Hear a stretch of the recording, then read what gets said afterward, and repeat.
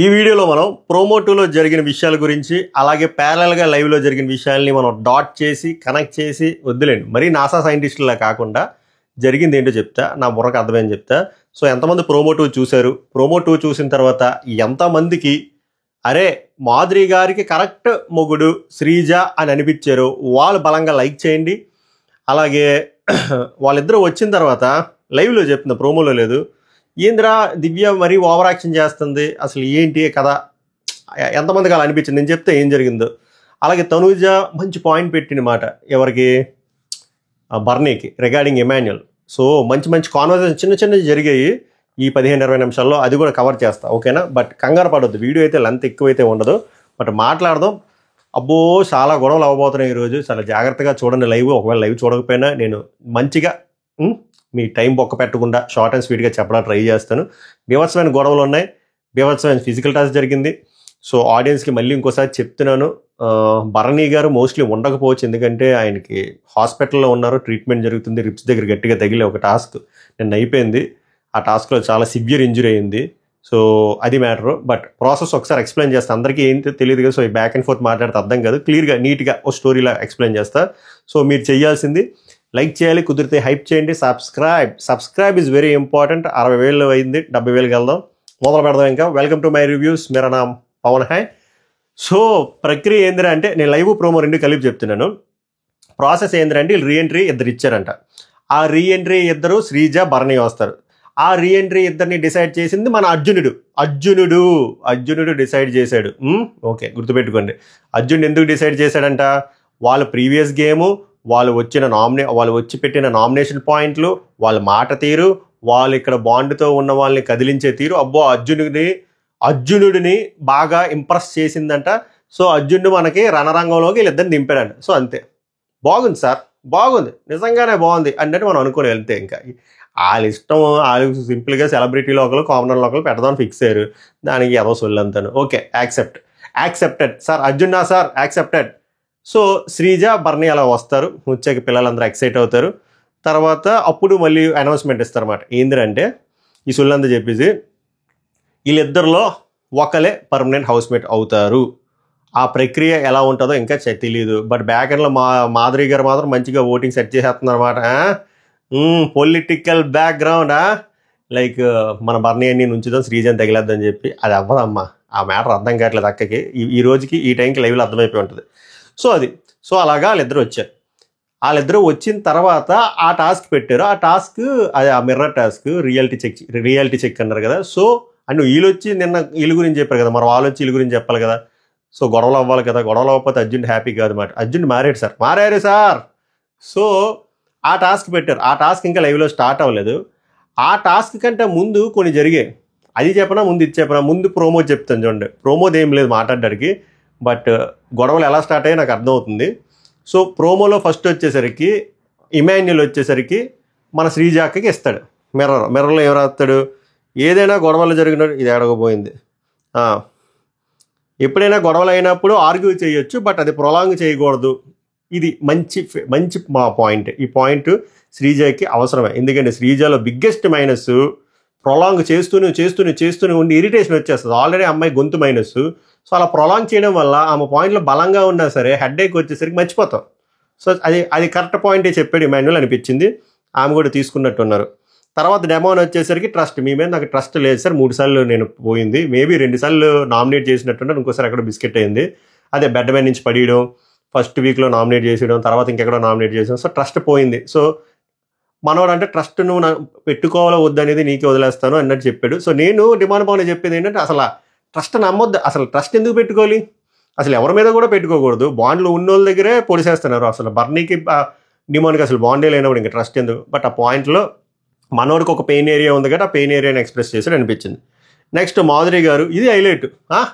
మనం ఇవ్వచ్చా ఈ పదం, ఏమని మాధురి గారు శ్రీజకి మైండ్ యువర్ ఓన్ వర్డ్స్, కొంపలో ఎవరైనా ఇవ్వచ్చు, కానీ ఇది మాత్రం మాధురి గారు ఇస్తే నాకు దేంతో నా వల్ల కూడా అర్థం కాలేదు. Mind your own words.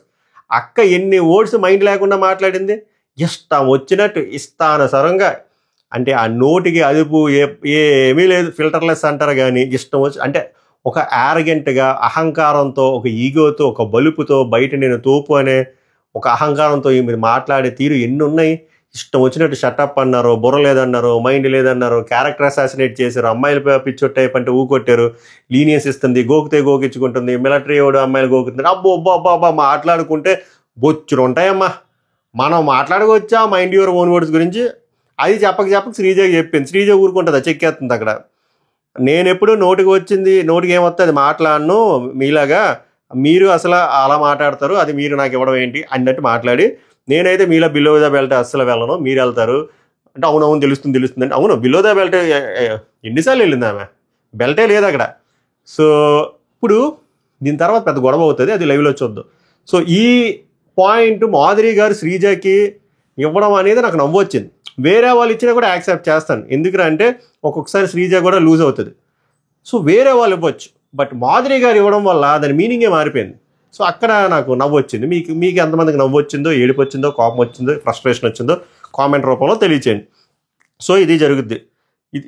దీనికంటే ముందు ఏం జరుగుద్ది అంటే లైవ్లో ఇద్దరు వస్తారు కదా, అనౌన్స్మెంట్ అయిపోయాక లైవ్లో బర్ణిమై రాగానే మొదలుపెట్టింది దివ్య ఇంకా ఒక రకరకాల సీరియల్ ఎక్స్ప్రెషన్లు. అబ్బా నాన్న నా దగ్గరికి రాడు, నేను కట్టి అంటే అలక మాట, ఆ అలక మనకు పిలకలు టచ్ అవుతాయి.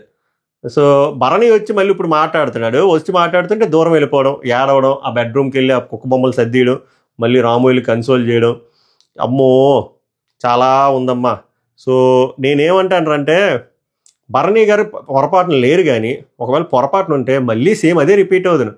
దివ్యాకేమో మొగ్గలేసిపోతుంది, మళ్ళీ భరణి అంత కష్టపడి రీఎంట్రీ ఇవ్వడం వల్ల ఈ అమ్మాయి ఊరుకోదు, అర్థమైపోతుంది. ఆ ఎమోషన్ రియల్ ఫేక్ అది కాసేపు పక్కన పెట్టేస్తే వీళ్ళకి బిగ్ బాస్ షో అనే కాన్సెప్ట్ మర్చిపోయారు. ఇది ఒక సర్వైవల్ గేమ్ షో, ఇది ఒక ఈ గేమ్లో బంధాలు బొక్కలు ఎక్కువ ఉండకూడదు, ఇండివిజువల్ గేమ్ ఉండాలి అనే విషయాన్ని దివ్య మొత్తం మర్చిపోయింది. తనూజకి తెలుసు మైండ్ తాడుతుంది, బట్ దివ్య మొత్తం మర్చిపోయి ఎందుకంటే ఆ ఎక్స్ప్రెషన్లో అర్థమైపోతుంది.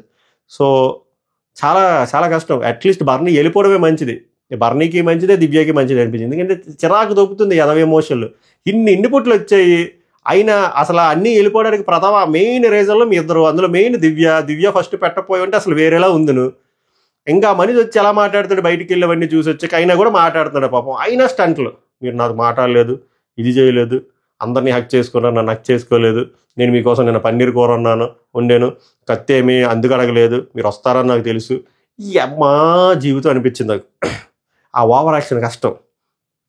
తనూజ మళ్ళీ మొదలుపెట్టింది నాన్న చిన్న నాన్న, పెద్ద నాన్న కాదు. ఆయన వారం ఉంటే మళ్ళీ నాన్న అయిపోతుంది. నాన్నేమో హాస్పిటల్కి వెళ్ళిపోయాడు పాపం. వెళ్ళిపోయి దీనికంటే ముందు ఎమాన్యుల్ వచ్చి సారీ అన్న చెప్పి చాలా చెప్తాడు మాట. ఎందుకు సారీ చెప్పడం, అదొక ప్రక్రియ, మనం చెప్పేసాం. ఇదే ఈ సేఫ్ వద్దు అనేది. జస్ట్ బికాజ్ నిన్న వచ్చి కట్టప్ప అన్న వల్ల మనోడు తీసుకోలేకపోతున్నాడు. అలాగే ఓ 2-3 రోజుల నుంచి మనోడు సేఫ్ అన్నాడని చెప్పి నేను సేఫ్ కాదు అని ప్రూవ్ చేసుకోవడం కోసం కొడుతున్నాడు ఎమాన్యుల్ ఈ రోజంతా. నేను సేఫ్ కాదు, నేను తనూజకి ఇది చేశాను. ఒక్కసారి చెప్తే సరిపోద్ది కదా బ్రో, ఎందుకు 10 చెప్పి పీక్కుంటే? అలా అయితే కళ్యాణ్ నిన్నేసి మాట్లాడినారు, తనూజ నిన్నేసి మాట్లాడినారు, డెమాన్ నిన్నేసి మాట్లాడినారు. వాళ్ళు ఇలా పీక్కుంటే వాళ్ళు ఏమైపోవాలి? ఒక గేమ్ రన్నోడు అంత బయటికి పెట్టుకోకూడదు. ఇక్కడ కూడా ఎక్స్ప్లెనేషన్ అలా ఇస్తూనే ఉన్నాడు అన్న. రాము ఒకవేళ వెళ్ళిపోయింటే ఆలోచించాను. అక్కడ భరణి చెప్పినాడు, వదిలేరా బాబు, నేనే పట్టించుకోలేదు, నువ్వు అన్నిసార్లు జోకులు వేస్తావు, నేను ఒక్కసారి జోకేస్తే తీసుకోలేను. అది కాదన్నా, నువ్వు తీసుకుంటావు, నాకు తెలుసు అన్న, వారానికి ఒక్కసారైనా బాధపడతానని. ఇవన్నీ అది నాకు ఎందుకు ఆర్టిఫిషియల్గా అనిపించింది నిజంగా, ఎమాన్యుల్ ఫ్యాన్స్ ఫీల్ అయినా కూడా. తర్వాత తనూజ ఏం చెప్తుందంటే, సరే నాన్న, అక్కడ రాముకి అన్యాయం జరుగుతుంది ఇది అని చెప్పి మేము మీ గురించి ఆలోచించలేదు కదా, మరి మీరు ఆలోచించారు కదా రాము కళ్యాణ్ అన్నప్పుడు పవరస్త్ర ఇమాన్యుల్ కోసం కావాలి అన్నట్టు మీరు ఆలోచించారు. సూపర్ పాయింట్, అది ఆలోచించారు కదా, మరి అదేంటి అంటే అప్పుడు బర్నీ అంటే స్ట్రాటజీ అన్నీ బర్నీకి అన్నీ తెలుసు, ఇమాన్యుల్కి తెలుసు బర్నీకి అర్థమైందని, బట్ జనాలకి కన్వే చేయడం కోసం ఆ పర్ఫార్మెన్స్ అంతకు మించి చేయలేదు. సో అది నాకు మంచి పాయింట్. తనూజకి అదే చెప్తున్నా, దివ్య మబ్బు మొక్కలాగా అయిపోయి ఇంకా బాంటు అని అలాగే ఉండిపోతుంది తప్ప ఆట ఆడట్లే. ఫస్ట్ వచ్చి బ్రింగిటాన్ అంది, బ్రింగిటాను. తనూజకి బ్రెయిన్ ఉంది, ఇలా చాలా మల్టిపుల్ ఇన్స్టెన్సెస్లో ప్రూవ్ అయింది. ఇది అంత మంచి పాయింట్. ఇది మీరు అలా ఆలోచించి మీరు ఇచ్చారు, మనోడు మాత్రం అలా ఆలోచించి చేశాడు పవరస్త్ర. అది సూపర్ పాయింట్. అది అక్కడ ఇమాన్యుల్ ఫ్యాన్స్ అయినా కన్విన్స్ అవ్వాల్సిందే. అక్కడ భరణి ఇమాన్యుల్కి వద్దు అనుకుంటే వేరేలా కూడా పిలవచ్చు, అలా చేయలే కదా రాము పవన్ కళ్యాణ్ ఉన్నప్పుడు. బట్ ఇమాన్యుల్ ఏం చేశాడు, అది వెన్నుపోటే, ఒప్పుకోకపోయినా వెన్నుపోటే అది. తర్వాత గౌరవ్ వచ్చి శ్రీజతో మాట్లాడతాడు. శ్రీజతో మాట్లాడితే శ్రీజ కూడా అంటుంది, నువ్వు బాగా ఆడుతున్నావు, మంచిగా అందరితో కలుస్తున్నావు, ఎంటర్టైన్ చేస్తున్నావు, తెలుగు కూడా ట్రై చేస్తున్నావు, అలానే ఆడు అంటే అంతా బాగానే ఉంది. బట్ నాకు రాముది నేను అవుట్ ఆఫ్ సిలబస్ అసలు 1% కూడా ఎక్స్పెక్ట్ చేయలేదు. నాకు ఈరోజు నిన్న నామినేట్ చేస్తారని 110% తెలుసు. బట్ రాము నా ఫ్రెండ్ అయ్యి ఉండి ఇలా చేసాడు, ఇది ఒక క్లాసిక్ ఎగ్జాంపుల్. సో ఇంక హౌస్లో ఎవరిని నమ్మను అంటే శ్రీజ చెప్తుంది, నువ్వు ఎవరిని నమ్మకరా స్వామి, హౌస్లో ఎలానే ఉంటుంది. నాకేమనిపించిందో నిజంగా చెప్తున్నా, తను నీకు కెప్టెన్సీ బాగాలేదు, ఇది మెయిన్ పాయింట్ కాదు. మనోడు నామినేషన్లోకి వచ్చాడు, నామినేషన్లోకి వచ్చినప్పుడు నిన్ను మనోడు సేవ్ చేసుకోవాలి కాబట్టి స్మార్ట్గా నిన్ను నామినేషన్స్లోకి లాగాడు తప్ప 100% అదే, అంతకుమించి చేయలేదు. అప్పుడు అంటాడు, నాకు అలానే అనిపించింది కానీ వచ్చి నాకేమంటాడంటే, నువ్వు సూపర్ పాజిటివ్గా వెళ్ళావు Gaurav first week second week అని చెప్పంటే అవన్నీ బిస్కెట్లు, జస్టిఫికేషన్ ఇచ్చుకోవాలి కదా. బట్ 110% రాముకి ఇంకా బలమైన పాయింట్లు వేరే వాళ్ళ మీద ఉన్నాయి, అయినా కూడా సేమ్. అది తప్పు కాదు, అదొక స్ట్రాటజీ అంతే. బిగ్ బాస్లో చాలామంది అలానే ఆడతారు.